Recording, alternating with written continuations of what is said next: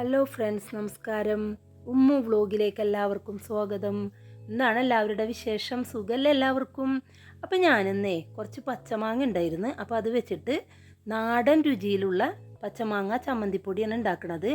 അപ്പോൾ അതിന് ഞാനിവിടെ 4 പച്ചമാങ്ങ എടുത്തിട്ട് നല്ല പോലെ തന്നെ കഴുകി വൃത്തിയാക്കിയൊക്കെ എടുത്തിട്ടുള്ളതാണ്. ഇനി അതിൻ്റെ തോലൊക്കെ കളഞ്ഞിട്ട് ചെറിയ കഷ്ണങ്ങളാക്കി അരിഞ്ഞെടുത്തിട്ടുണ്ട്. ഇനി അതൊരു മിക്സിയുടെ ജാറിലിട്ടിട്ട് അതൊന്ന് ചതച്ചെടുക്കണം, അരച്ചെടുക്കരുത് കേട്ടോ. അപ്പോൾ ഒരു പൾസിലിട്ടിട്ട് ഒന്ന് ചതച്ചെടുത്തിട്ടുള്ളതാണ്.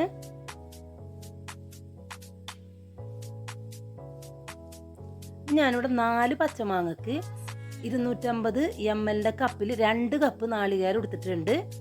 ആ മാങ്ങയിലേക്ക് ഈ നാളികേരവും ഇട്ട് കൊടുക്കുന്നുണ്ട്. അതും ഒന്ന് നമുക്ക് ചതച്ചെടുക്കണം. നമ്മൾ സാധാരണ ചമ്മന്തിയൊക്കെ ഉണ്ടാക്കുന്ന പോലെ തന്നെ അത്രയും അരച്ചെടുത്താൽ മതി. ഭയങ്കരമായിട്ട് അരഞ്ഞൊന്നും വരരുത് കേട്ടോ. അപ്പം അതും ചതച്ചെടുത്തിട്ടുണ്ട്. നമുക്കതൊന്ന് മാറ്റി വെക്കാം കേട്ടോ.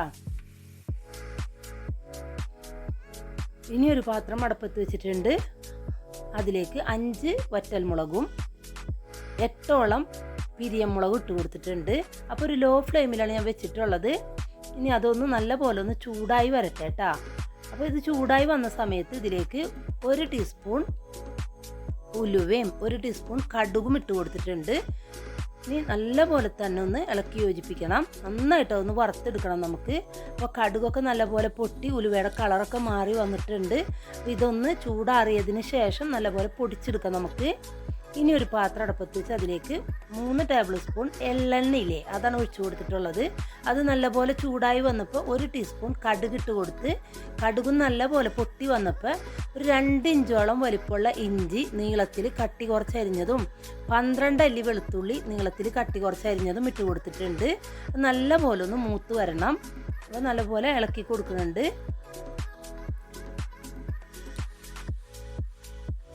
അപ്പോൾ അത് നല്ല പോലെ തന്നെ മൂത്ത് വന്നിട്ടുണ്ട്. അപ്പോൾ ആ സമയം ഞാനിതിലേക്ക് കുറച്ച് കറിവേപ്പില ഇട്ട് കൊടുക്കുന്നുണ്ട്. എല്ലാം കൂടി നല്ലപോലെ ഇളക്കിയൊക്കെ യോജിപ്പിക്കുന്നുണ്ട്. അപ്പോൾ കറിവേപ്പിലയും എല്ലാം നല്ലപോലെ മൂത്ത് വന്നപ്പോൾ ചതച്ചെടുത്തില്ലേ ആ മാങ്ങയും തേങ്ങയും ഇതിലേക്ക് ഇട്ട് കൊടുക്കുന്നുണ്ട്. എല്ലാം കൂടി നല്ല പോലെ ഒന്ന് ഇളക്കിയൊക്കെ യോജിപ്പിക്കണം. തേങ്ങയിലേയും മാങ്ങയിലേയും വെള്ളമൊക്കെ നല്ല പോലെ തന്നെ വറ്റി വരണം. അപ്പോൾ എനിക്ക് പാത്രം ചെറുതായത് കാരണം ഇത് ഇളക്കി യോജിപ്പിക്കാൻ പറ്റാത്തത് കൊണ്ട് ഞാൻ പാത്രം ഒന്ന് മാറ്റിയിട്ടുണ്ട്.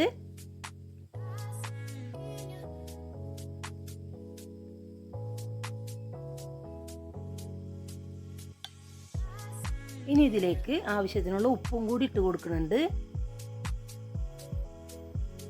നന്നായിട്ടൊന്ന് ഇളക്കി യോജിപ്പിക്കുന്നുണ്ട്. അപ്പോൾ ഒരു ലോ ഫ്ലെയിമിലാണ് കേട്ടോ ഞാൻ ഈ സമയം ഇത് വെച്ചിട്ടുള്ളത്.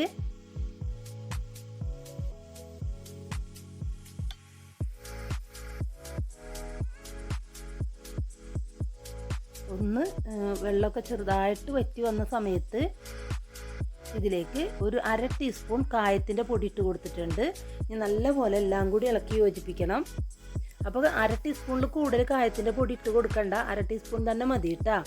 ഇനി ഇതിലേക്ക് 1 ടേബിൾ സ്പൂൺ ശർക്കരപ്പൊടിയും കൂടി ഇട്ട് കൊടുക്കുന്നുണ്ട്. അപ്പോൾ നമ്മളുടെ മാങ്ങയുടെ പുളിയും നമ്മൾ പൊടിച്ചെടുത്തില്ലേ മുളക്, അതിൻ്റെ എരിവും ഒക്കെ കൂടിയായിട്ട് ഈ ശർക്കരയും കൂടി കൊടുക്കുമ്പോൾ ഒരു ചെറിയ മധുരം ഉണ്ടാകുമ്പോൾ ഒരു പ്രത്യേക രുചി തന്നെയാണ് കേട്ടോ നമ്മളുടെ ചമ്മന്തിപ്പൊടിക്ക് ഉണ്ടാവുക. ഇനി നല്ല പോലെ തന്നെ ഇളക്കിയൊക്കെ യോജിപ്പിക്കണം. ഒട്ടും വെള്ളം ഉണ്ടാവരുത്. നമുക്കിത് കുറച്ച് ദിവസങ്ങളോളം സ്റ്റോർ ചെയ്ത് വെക്കാനുള്ളതാണ്. അപ്പോൾ നമ്മളിത് പുറത്ത് വെക്കുകയാണെങ്കിൽ 2 ആഴ്ചയൊക്കെ നമുക്ക് കേടുകൂടാതെ തന്നെ പുറത്ത് വെക്കാൻ പറ്റും. ഫ്രിഡ്ജിലാണെങ്കിൽ കുറച്ച് നാളുകൾ തന്നെ നമുക്കിത് സൂക്ഷിച്ച് വെക്കാൻ പറ്റും. അപ്പോൾ തേങ്ങയിലെയും മാങ്ങയുടെ ഒക്കെ വെള്ളം നല്ല പോലെ തന്നെ വറ്റി വന്നിട്ടുണ്ട്. അപ്പോൾ നമ്മൾ പൊടിച്ചെടുത്തില്ലേ മുളകും ഉലുവയും കടുകും അതും ഇതിലേക്ക് ഇട്ട് കൊടുത്തിട്ടുണ്ട്. അപ്പോൾ പ്രത്യേകം ശ്രദ്ധിക്കണം, ലോ ഫ്ലെയിമിൽ തന്നെ ഇരിക്കണം ഉണ്ടാവേണ്ടത്. ഇനി നല്ല പോലെ ഒരു 5 മിനിറ്റോളം ഇളക്കി കൊടുക്കുന്നുണ്ട്.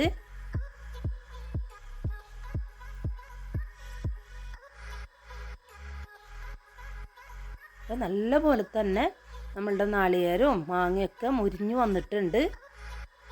ഒട്ടും വെള്ളമൊന്നുമില്ല കേട്ടോ ഇതിൽ. അപ്പോൾ നമുക്കിപ്പോൾ ഹോസ്റ്റലിൽ പഠിക്കാൻ പോകുന്ന മക്കൾക്കും വിദേശത്ത് പോകുന്നവർക്കൊക്കെ ചെയ്ത് കൊടുക്കാൻ പറ്റിയ, അവർക്ക് കൊണ്ടുപോകാൻ പറ്റിയ നല്ലൊരു ചമ്മന്തിപ്പൊടി തന്നെയാണ്. അപ്പോൾ ഈ സമയത്ത് ഞാൻ ഉപ്പ് നോക്കിയപ്പോൾ കുറച്ച് ഉപ്പിൻ്റെ കുറവുണ്ടായിരുന്നു. അപ്പോൾ ഞാനതിലേക്ക് കുറച്ചും കൂടി ഉപ്പിട്ട് കൊടുത്തിട്ടുണ്ട്. ഇനി അടുപ്പത്ത് നിന്ന് ഇറക്കിയതിന് ശേഷം ഇത് നല്ലപോലെ തന്നെ ചൂടാറിയതിന് ശേഷം ഞാനിതൊരു ചെപ്പിലേക്ക് മാറ്റുന്നുണ്ട്. അപ്പോൾ ഞാൻ എപ്പോഴും പറയാറുണ്ട്, ഇത് ഇട്ട് വെക്കുന്ന പാത്രത്തിൽ ഒട്ടും വെള്ളം ഉണ്ടാവരുത്. അത് നമ്മൾ നല്ല ഉണങ്ങിയ തുണി വെച്ച് തുടച്ചതിന് ശേഷം വേണം ഈ ചമ്മന്തിപ്പൊടിയൊക്കെ അതിലാക്കി വെക്കാനായിട്ട്. അപ്പോൾ നമുക്ക് കുറച്ച് നാളുകൾ തന്നെ സൂക്ഷിച്ച് വെക്കാൻ പറ്റിയ നല്ലൊരു ചമ്മന്തിപ്പൊടിയാണ് ഇത്. ചോറിന് തന്നെയല്ല കേട്ടോ, നമുക്ക് ചപ്പാത്തിക്കും ഇഡലിക്കും ദോശക്കൊക്കെ നല്ലൊരു ചമ്മന്തി തന്നെയാണ്. അപ്പോൾ നിങ്ങൾക്കിപ്പോൾ മാങ്ങയൊക്കെ കിട്ടുന്ന സമയമാണല്ലോ, അപ്പോൾ എന്തായാലും ഇത് വീട്ടിൽ ചെയ്ത് നോക്കണം. കുട്ടികൾക്കും മുതിർന്നവർക്കൊക്കെ ഒരുപാട് ഇഷ്ടമാകുന്ന ഒരു ചമ്മന്തിപ്പൊടി തന്നെയാണ്. അപ്പോൾ നിങ്ങൾ എന്തായാലും വീട്ടിൽ ചെയ്ത് നോക്കിയിട്ട് ഇതിൻ്റെ അഭിപ്രായം കമൻറ്റിലൂടെ തന്നെ അറിയിക്കുകയും വേണം. അപ്പോൾ ഞാൻ എപ്പോഴും പറയണ പോലെ തന്നെ എൻ്റെ ചാനൽ ആദ്യമായിട്ട് കാണുന്നവരാണെങ്കിൽ എന്നെ സബ്സ്ക്രൈബ് ചെയ്യാനും ലൈക്ക് ചെയ്യാനും ഷെയർ ചെയ്യാനും മറക്കരുതേ. എന്നെ സപ്പോർട്ട് ചെയ്യണേ. അപ്പോൾ അടുത്തൊരു വീഡിയോ ആയിട്ട് ഞാൻ വരുന്നതാണ്. എൻ്റെ വീഡിയോ കാണുന്ന എല്ലാവർക്കും നന്ദി, നമസ്കാരം.